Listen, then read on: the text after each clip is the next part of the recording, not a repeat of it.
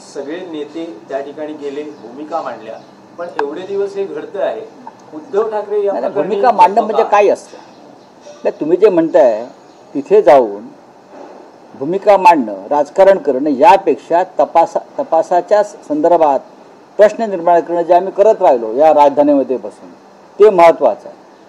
मोर्चाला जाणं, तिथे जाऊन पत्रकार परिषद घेणं, तपासामध्ये विस्कळीतपणा आणणं, या गोष्टी अशा प्रकरणात टाळायला पाहिजे. परभणीतले सूर्यवंशी आणि बीडचे सरपंच संतोष देशमुख यांच्या हातात दुःखदायक त्यांच्या कुटुंबावर डोंगर कोसळलेला आहे आणि नक्कीच उद्धव ठाकरे लवकरच त्यांच्या कुटुंबांना जाऊन भेटणार आहेत. राजकारण करण्यासाठी नाही, दोघांच्याही कुटुंबांना जाऊन भेटतील. आम्ही वाट पाहत होतो पोलीस काय कारवाई करतात, आरोपींना अटक होते की हळूहळू सगळे आरोपी अटकेत जातील. हे जेव्हा होईल तेव्हा आम्ही त्यांच्या कुटुंबियांच्या सांत्वनाला जाऊ, राजकारणाला जाणार नाही. शरद पवार आणि उद्धव ठाकरे हे आता एनडीए मध्ये जाण्याची सूरच लागली असं आशिष देशमुख म्हणतात. कोण आशिष देशमुख?